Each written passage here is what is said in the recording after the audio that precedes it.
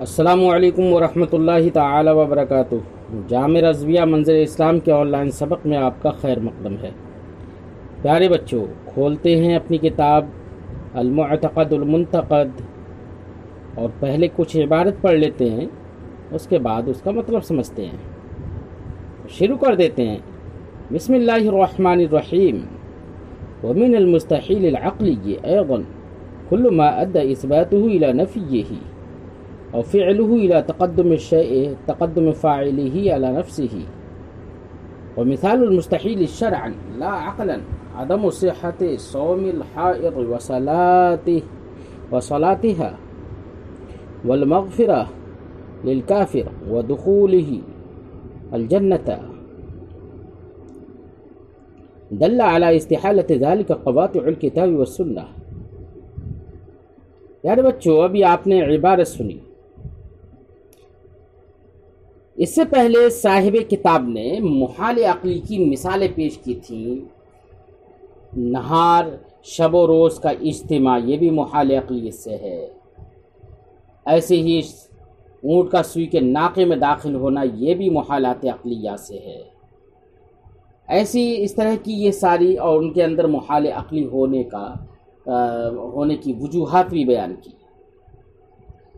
اسی طریقے سے مصنف فرماتے ہیں وَمِنَ الْمُسْتَحِيلِ الْعَقْلِ، جس طریقے سے مذکورہ مثالیں محال عقلیہ سے تھیں، اسی طرح سے اس محال عقلی سے ہر وہ چیز بھی ہے ما ادّا اثباتہ الی نفیہ، کہ جس کا اثبات کرتے کرتے اس کی نفی ہو جائے، جس کا اثبات اس کی نفی تک پہنچا دے۔ مثلا جیسے کہ اللہ رب العزت کے لیے اتنی قدرت مانی جائے، اتنی قدرت مانی جائے کہ ہر چیز پر قدرت مان لی جائے، چاہے وہ واجب ہو اس پر بھی قدرت مانی جائے، محال ہو اس پر بھی قدرت مانی جائے، ممکن پر تو خیر قدرت ہے ہی، لیکن محال اور واجبات پر بھی قدرت مان لی جائے۔ تو اس بات قدرت اس طور سے کیا جائے کہ واجب اور محال تمام پر اللہ کے لیے قدرت مان لی جائے۔ اب اگر تمام پر اللہ کے لیے قدرت مان لی جائے گی تو اس طور سے اللہ رب العزت کے لیے قدرت کا اثبات یہ قدرت کی نفی تک پہنچا دے گا۔ کیسے؟ جب اللہ تعالیٰ ہر چیز پر قادر ہے تو اب سوال یہ ہے کہ اللہ رب العزت اپنی قدرت کو سلب کرنے پر قادر ہے یا نہیں ہے، کیونکہ آپ نے تو ہر چیز پر قدرت مانی ہے نا، ہر واجب و ہر محال پر قدرت مانی ہے۔ تو اب سوال یہ ہے کہ اللہ رب العزت اپنی قدرت کو سلب کرنے پر قادر ہے یا نہیں ہے۔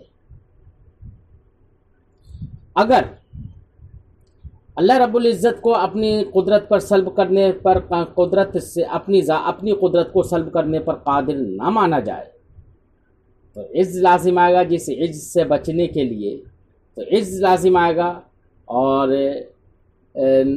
لازم آئے گا عجز، اور یہ باطل ہے۔ اس لیے آپ لوگوں نے تو یہی مانا نا کہ ہر واجب اور محال پر اللہ کے لیے قدرت حاصل ہے، تو جب قدرت مان لیتے ہیں چلیے ٹھیک ہے، سلب قدرت پر قدرت ہے۔ اب سلب قدرت پر قدرت ہوگی تو اس قدرت کو ختم ہی تو کرے گا نا۔ آئے تھے جناب اللہ رب العزت کی قدرت کو ثابت کرنے کے لیے، اور قدرت کو ثابت کرتے کرتے اس کا سلب کر ڈالا، اتنی قدرت ثابت کر ڈالی کہ اس سے قدرت ہی کا سلب ہو جائے۔ تو یہاں پر اس بات قدرت نفی قدرت تک پہنچا دے رہا ہے نا، اور ایسی وہ چیز جس کا اس بات اس کی نفی تک پہنچا دے، یہ محالات عقلیہ سے ہے۔ لہذا قدرت یہ سب محال کیوں لازم آیا؟ اس لیے کہ ہم نے قدرت ہر واجب اور ہر محال پر مانی، اس لیے سمجھ میں آ گیا کہ اللہ رب العزت کے قدرت اصلیہ کا تعلق محال اور واجب سے نہیں ہے۔ او فعلہ الی تقدم فاعلہ علی نفسہ، یا محالات عقلیہ میں سے وہ کام کرنا بھی ہے کہ جس کام کے کرنے سے اس کے فاعل کا خود اپنی ذات پر تقدم لازم آ جائے، ایسا کام کرنا بھی محال عقلی ہے جس کام کے کرنے سے فاعل کا اپنی ذات پر تقدم لازم آ جائے۔ بات سمجھ آئی بچوں؟ تقدم لازم آئے، مثال دیں ہم اس کی، جیسے اللہ رب العزت، آپ نے کہا کہ اللہ رب العزت ہر شے پر قادر ہے. کچھ پاگلوں نے کہا کہ اللہ رب العزت ہر واجب اور ہر محال پر قادر ہے. یہاں تک کہ یہ تک کہہ دیا جاہل نے کہ عقل کے اندھے نے، فہم کے یتیم نے یہ تک کہہ دیا کہ اللہ رب العزت معاذ اللہ اتخاذ ولد پر بھی قادر ہے. اب سوال یہ ہے، اتخاذ ولد پر قادر ہے تو اتخاذ ولد ایک فعل ہے نا، ذہن میں رکھنا بچوں، اتخاذ ولد ایک فعل ہے. اب اتخاذ ولد پر قادر ہے تو اتخاذ ولد ایک فعل ہے، تو یہاں پر اتخاذ ولد یہ فعل اگر اللہ رب العزت معاذ اللہ انجام دے گا تو ولد معرض وجود میں آئے گا نا. جب ولد معرض وجود میں آئے گا تو آپ یہ بھی جانتے ہیں کہ الہ کا ولد تو الہی ہوگا نا، الہ کا ولد الہ ہوگا. تو جو ولد معرض وجود میں آیا ہے وہ الہ ہوگا،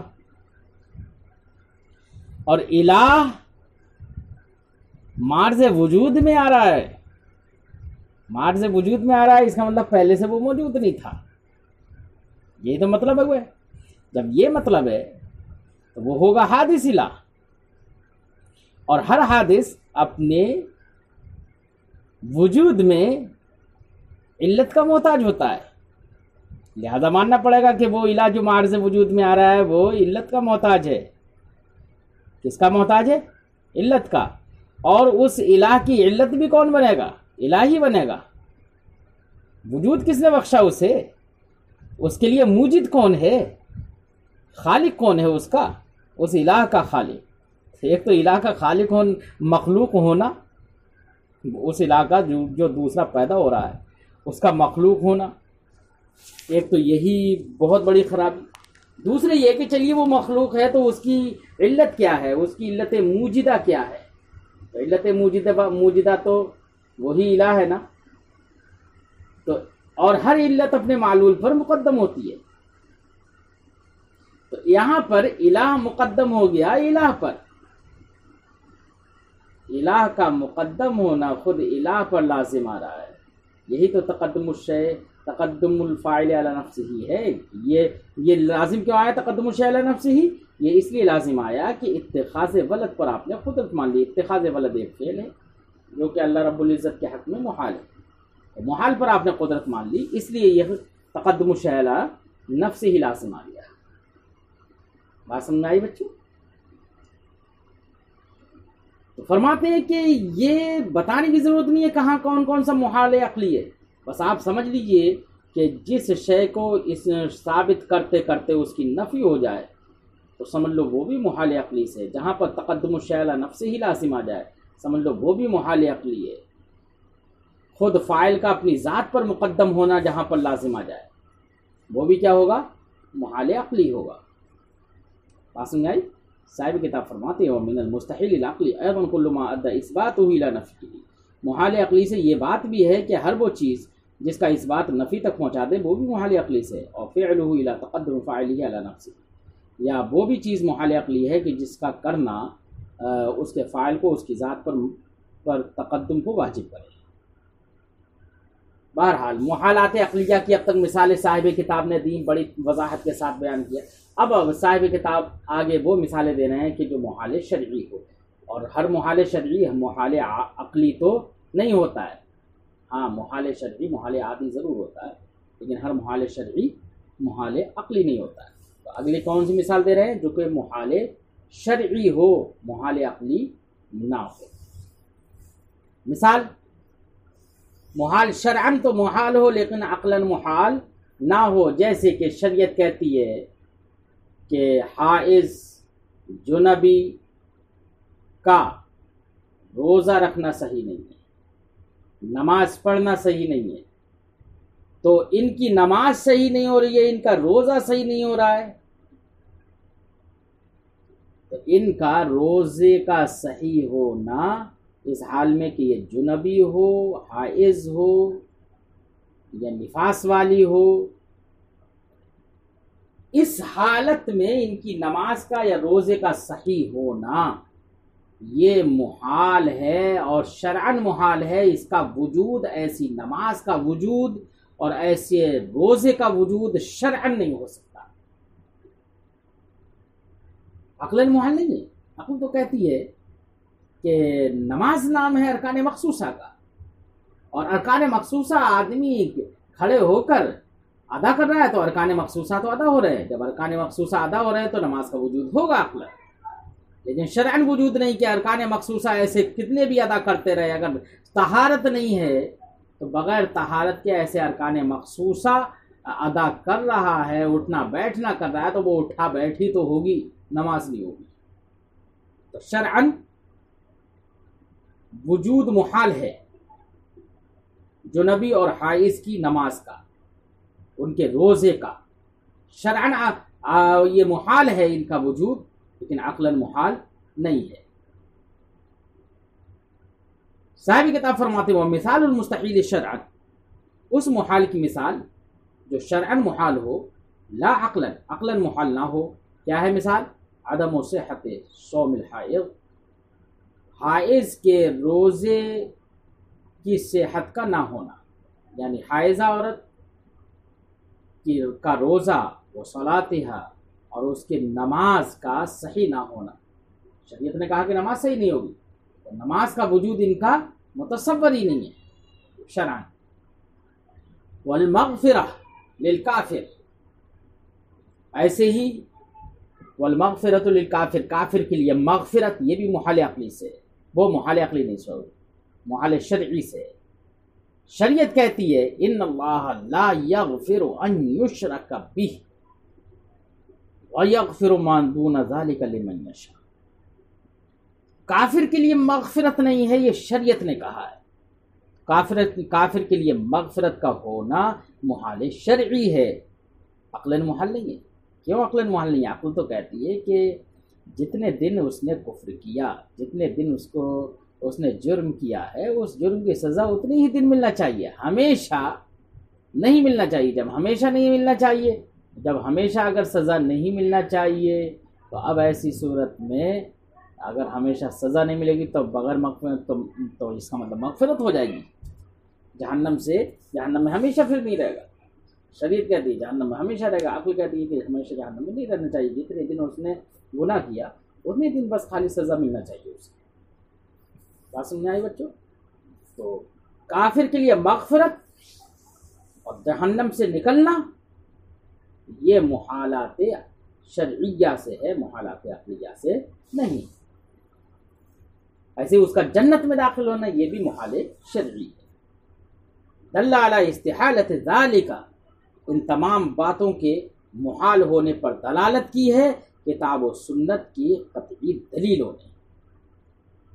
بات سمجھ آئی بچوں؟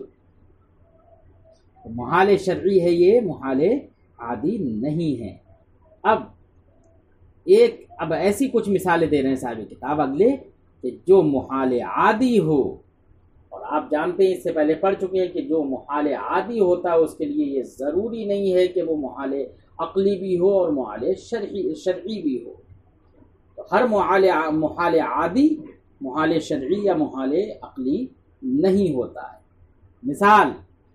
مثال دیتے ہیں، محال ہو وہ مثال المستحیل عادتاً لا عقلاً، اس محال کی مثال جو عادتاً تو محال ہو، عقلاً محال نہ ہو، ولا شرعاً، اور نہ شرعاً محال ہو، شرعاً بھی محال نہ ہو۔ اس کی مثال عادتاً صرف محال ہو، اس کی مثال طیران من لم یعہد لہ الطیران، اس کا اڑنا جس کے لیے اڑنا معہود نہیں ہے، کبھی دیکھا نہیں گیا اڑنا، اس کا اڑنا بغیر آلات کے، یہ کیا ہے؟ محال عادی ہے۔ عادت کہتی ہے بغیر آلات کے انسان یا پرندوں کے علاوہ جو چیز جن کا کبھی اڑنا نہیں دیکھا گیا ان کا اڑنا یہ عادتاً محال ہے. ہوا میں اڑنا عادتاً یہ محال ہے. عادت کبھی دیکھا نہیں گیا ہے کہ بغیر آلات کے آدمی اڑتا ہو. عادتاً محال ہے. عادتاً محال ہے. خلاف عادت کے طور پر اللہ رب العزت کسی کو یہ طاقت دے دے کہ وہ اڑ جائے تو وہ اڑ سکتا ہے، وہ الگ بات ہے، لیکن عادتاً محال ہے. بات سمجھ آئی بچوں؟ لیکن شرعاً محال نہیں ہے یہ، نہ ہی عقلاً محال ہے. عقلاً تو محال اس لیے نہیں ہے کیونکہ اتنے بڑے بڑے طیارے آج کے زمانے میں ہوا میں اڑ رہے ہیں، سب انسان نے ہی بنائے ہیں. تو عقل کہے گی کہ جب انسان کے بنائے ہوئے طیارے آسمان میں اتنا وزن لے کر اڑ سکتے ہیں تو اللہ رب العزت اس وقت قادر ہے کہ وہ انسان کو ایسی قوت دے دے کہ وہ بھی اڑ جائے بغیر آلے کے. عقل کہتی ہے کہ یہ ممکن ہے اڑنا. ایسے ہی شرعاً بھی یہ محال نہیں ہے کیونکہ شریعت کہتی ہے کہ یخلق ما لا تعلمون، اللہ رب العزت وہ پیدا کرے گا جو تم جانتے نہیں ہوتے. ہاں یہ تو معلوم ہے کہ ہوا میں نہیں اڑا جاتا ہے بغیر آلے کے، لیکن اللہ رب العزت شریعت کہہ رہی ہے کہ اللہ تعالیٰ وہ پیدا فرما دے گا جسے تم نہیں جانتے. اب ہم نہیں جانتے ہیں، ہم یہ بات نہیں جانتے ہیں کہ انسان کبھی ہوا میں اڑتا ہو، نہیں جانتے ہیں، لیکن اللہ تعالیٰ قادر ہے کہ وہ اس کو پیدا کر دے کہ انسان کو ہوا میں اڑائے. اور بہت سارے بزرگوں سے یہ بات منقول بھی ہے، جیسے جعفر طیار سے اور بہت سارے بزرگوں سے، ہے نا.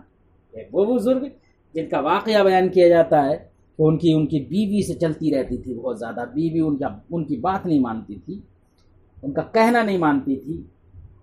تو انہوں نے ایک دن دیکھا کہ انہوں نے سوچا لاؤ اس بیوی کو یہی دکھا دوں میں کس پائے کا بزرگ ہوں، کتنا بلند و بالا ہوں. تو گئے تھوڑی سی دور، اور دور جا کر اور فضل الہی سے انہوں نے ہوا میں اڑنا شروع کر دیا. اور اڑتے ہوئے اپنے گھر کی طرف آئے اور بیوی نے آنگن میں کھڑے ہو کر دیکھا کہ ارے یہ تو کوئی آدمی اوپر اڑ رہا ہے، اوپر آدمی اڑ رہا ہے. بڑے اچنبے میں تعجب میں پڑ گئی، انسان اڑ رہا ہے اوپر. پھر وہ بزرگ پھر تھوڑی دور جا کے اترے اور چلے آئے اپنے گھر پر. پھر شروع ہو گئی، بیوی کہنا کوئی بات مان ہی نہیں رہی تھی، لڑائی جھگڑا شروع پھر ہو گیا. بیوی کہہ رہی تھی کہ دیکھے تم تو کچھ بھی نہیں ہو، ابھی میں نے ایک آدمی کو دیکھا وہ تو ہوا میں اڑ رہا تھا، یہ ہیں باکمال لوگ. شوہر بولے چلو خیر آج تو اعتراف کر ہی لیا، اعتراف آج تو کر لیا کہ ہم بھی کچھ ہیں، اسی بنا پر ہی کچھ کہنا مان لیا کرو. بولی کیا مطلب؟ بولے کہ مطلب یہ ہے جن کو ابھی ہوا میں اڑتے ہوئے دیکھا وہ میں ہی تو تھا. بیوی بولی ارے تبھی تو ٹیڑھے ٹیڑھے اڑ رہے تھے، تم تھے تبھی ٹیڑھے ٹیڑھے اڑ رہے تھے. بہرحال بزرگوں سے منقول ہے، واقعات ایسے ہیں. ہمیں صرف اتنا بتانا ہے، واقعہ بیان کرنا مقصد صرف اس لیے تھا، واقعہ سے مقصود تھا یہ بتانا کہ عقلاً بھی محال نہیں ہے اڑنا اور شرعاً بھی محال نہیں ہے، بلکہ وقوع ہوا ہے. ہاں عادتاً محال ہے کہ عادتاً ایسا دیکھا نہیں جاتا ہے. خلاف عادت کے طور پر اللہ تعالیٰ فرما دے تو وہ ایک الگ بات ہے. فرماتے ہیں وہ مثال المستحیل العادتاً، محال کی مثال جو عادتاً محال ہو، عقلاً اور شرعاً محال نہ ہو. طیران من لم یعہد لہ الطیران، اس شخص کا اڑنا یا اس چیز کا اڑنا جس کے لیے اڑنا معقود نہ ہو. بالارتفاع الی السماء، آسمان اور بلندی کی طرف بلند ہو کر، آسمان کی طرف بلند ہو کر اڑنا. ممن لم یخلق لہ آلۃ تنیلہ رفعا، ان کا اڑنا ان میں سے کہ جن کے لیے کوئی آلہ نہیں پیدا کیا گیا ہے کہ جو آلہ انہیں اتنی بلندی پر پہنچائے، نہ ہی آلہ حسیہ ہے ان کے پاس، جیسے کہ پرندوں کے پر ہوتے ہیں وہ آلہ حسیہ ہے، ایسا بھی کوئی ان کے پاس آلہ نہیں ہے، اور معنویہ، اور نہ ہی کوئی آلہ معنویہ ہے کہ جیسے کہ اہل صلاح اور ابرار کے احوال ہوتے ہیں تو ان کے لیے آلات حسیہ تو نہیں ہے، لیکن آلات معنویہ ہے کہ اللہ رب العزت نے ان کے اندر یہ قدرت بخش دی ہے۔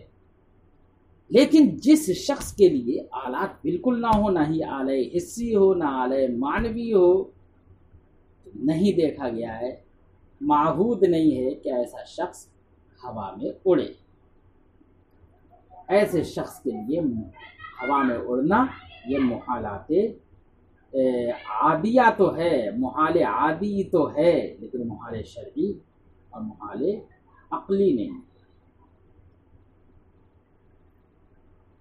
اذا علم هذا، فرماتے ہیں کہ جب یہ بات معلوم ہو گئی کہ کون سا محال عقلی ہے، کون سا محال شرعی ہے، کون سا محال عادی ہے، ان کی مثالوں سے جب آپ نے یہ بات سمجھ لی تو اب جواب کی طرف بڑھتے ہیں۔ سائل کی طرف فرماتے ہیں کہ سائل نے جو سوال کیا تھا نا، اب سائل کا جواب مل گیا ہمیں اسی گفتگو سے۔ سائل نے سوال کیا تھا کہ اللہ رب العزت سارے ممکنات پر قادر ہے، سمجھ میں آ گیا، اتنی اپنی تقریر سے اب تک سمجھ میں آ گیا کہ ہاں قدرت ازلیہ کا تعلق تمام ممکنات سے ہے، سمجھ میں آ گیا نا۔ ایسے ہی سائل نے سوال کیا تھا کہ امام غزالی علیہ رحمت و رضوان نے خالق و کل شیء کے تحت یہ فرمایا ہے کہ اللہ کی ذات اور صفات اس سے خارج ہیں، محالات کا ذکر نہیں کیا ہے، تو کیوں ذکر نہیں کیا محالات کا اس سے؟ تو یہ سمجھ میں آ رہا ہے جیسے کہ قدرت اصلیہ کا تعلق محالات سے ہے، یہ سمجھ میں آ رہا ہے۔ تو جواب اس کا بھی سمجھ میں آ گیا کیا کہ امام غزالی نے جو کہا وہ بھی بالکل ٹھیک کہا ہے، خالق و کل شیء سے اللہ کی ذات اور صفات خارج ہے۔ شے کیوں؟ اس لیے کہ شے کا جو معنی اور مفہوم ہے بچوں، تو شے اسے کہتے ہیں جو موجود ہو یا عنقریب موجود ہونے والی ہو، اسے شے کہتے ہیں۔ تو جو موجود ہو، جس کے لیے وجود ہے وہ شے ہے، چاہے وجود فی الحال ہو یا وجود فی المعال ہو، جس کے لیے وجود ہے ہوگی شے وہی۔ محالات کے کون ہوتے ہیں بچوں؟ محالات تو وہ ہوتے ہیں جن کا وجود عقلاً متصور ہی نہیں ہوتا ہے۔ جب وجود عقلاً متصور ہی نہیں ہوتا ہے تو وہ شے ہوں گے؟ ہرگز شے نہیں ہوں گے۔ جب شے ہوں گے ہی نہیں تو وہ شے میں داخل ہی کب ہیں پہلے سے جو ان کو خارج کیا جائے؟ ہاں، شے تو موجود کو کہتے ہیں، موجود میں ممکنات داخل ہیں کہ ممکنات جو بالفعل موجود ہیں وہ داخل ہیں، جو عنقریب موجود ہونے والے ہیں وہ بھی سب داخل ہیں، ایسی واجبات داخل ہیں کیونکہ واجب کا بھی وجود ہے۔ تو شے کے تحت ممکنات اور واجبات آ رہے تھے۔ اب خالق اللہ رب العزت خالق تو صرف ممکنات کا ہے نا، واجبات کا تو خالق نہیں ہے، کیونکہ واجبات کا خالق ہونے کا مطلب یہ ہے کہ اللہ رب العزت خود اپنی ذات کا اگر خالق ہو جائے معاذ اللہ تو تقدم الشیء علی فاعلہ ہی لازم آ جائے گا، کیا لازم آ جائے گا؟ تقدم الشیء علی فاعلہ ہی، جیسے کہ اس سے پہلے تقدم الشیء علی فاعلہ ہی کی مثال بھی گزری تھی، گفتگو گزری تھی، یہ بھی تقدم الشیء علی فاعلہ ہی کی مثال سے ہو جائے گا۔ تو اللہ رب العزت اپنی ذات اور صفات کو پیدا کرنے پر قادر نہیں ہے، لہذا اللہ رب العزت کی ذات اور صفات وہ شے کے تحت داخل تھی، لیکن خالق و کل شیء سے عقلاً وہ خارج ہو گئی۔ اس لیے امام غزالی نے علیہ الرحمہ نے فرمایا کہ خالق و کل شیء کے مفہوم سے اس کے تحت اس سے ذات باری تعالیٰ اور صفات باری تعالیٰ خارج ہو گئی ہیں عقلاً۔ بات سمجھ آئی؟ محالات کو انہوں نے ذکر نہیں کیا، کیوں؟ اس لیے کہ وہ تو داخل ہی نہیں تھے تو ان کو خارج کرنے کی ضرورت ہی نہیں ہے۔ تو امام غزالی کا قول جو ہے اپنی جگہ پر حق ہے۔ اسی وجہ صاحب کتاب فرماتے ہیں اذا علم هذا، جب یہ بات معلوم ہو گئی، علم صحت ما قالہ السائل، تو معلوم ہو گیا وہ سائل کے قول کی صحت بھی معلوم ہو گئی کہ سائل نے کہا ان اللہ تعالی قادر علی کل الممکنات، کہ اللہ رب العزت تمام ممکنات پر قادر ہے۔ اور حجت الاسلام بقول حجت الاسلام، اور امام حجت الاسلام امام غزالی کے قول کی صحت بھی معلوم ہو گئی کہ انہوں نے کہا تھا اللہ خالق کل شیء یخرج منہ ذاتہ و صفاتہ، یہ قول بھی، قول کی صداقت بھی معلوم ہو گئی۔ فإنما یعنی، کیونکہ امام غزالی کی مراد تو یہ ہے خالق کل شیء، ہر شے کا خالق ہے، اور شے کسے کہتے ہیں؟ وجدہ، جو موجود ہو گئی ہو، اور سیوجد یعنی قریب جو موجود ہوگی، جس کا وجود فی الحال ہے یا جس کا وجود فی المعال ہے، وہ شے میں ہے داخل، کیا ہے وہ شے میں داخل ہے۔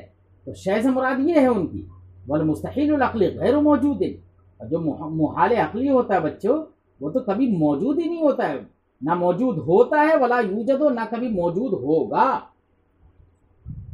جب وہ نہ موجود ہوتا ہے نہ موجود ہوگا، ولا يدخل بمفہوم ولا منطوق